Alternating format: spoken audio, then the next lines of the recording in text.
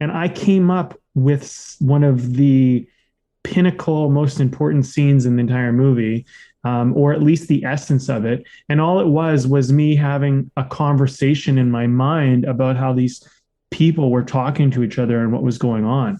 And I remember it so vividly because it was such an important element to the story. And at the time, how do you measure that? Like it's so hard to measure because the amount of work that was done in that 4 block walk was probably more work than all the work of sitting down and structuring out certain things and trying to, and trying to work out what the story was like that.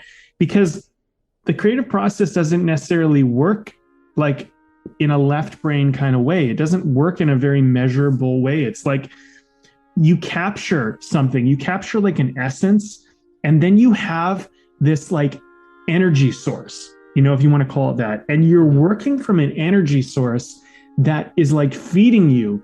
But until you've captured that energy source to work from, you don't have access to this whole world yet. And it's like, it's such a bizarre thing because even calling it an energy source or an essence, it's like such a nondescript kind of like fluffy way of describing what you're doing. But it's like, I don't know how to explain it, but like I had a feeling and it hit deep, and that feeling like hit an oil well.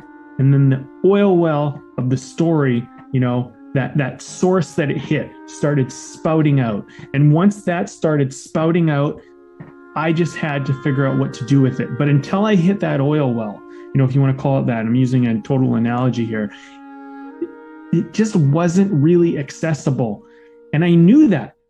And I never knew when I would strike oil. Mm-hmm. But part of the walking around, thinking about it, having conversations in my head was searching for the oil and the essence and the energy source of the story.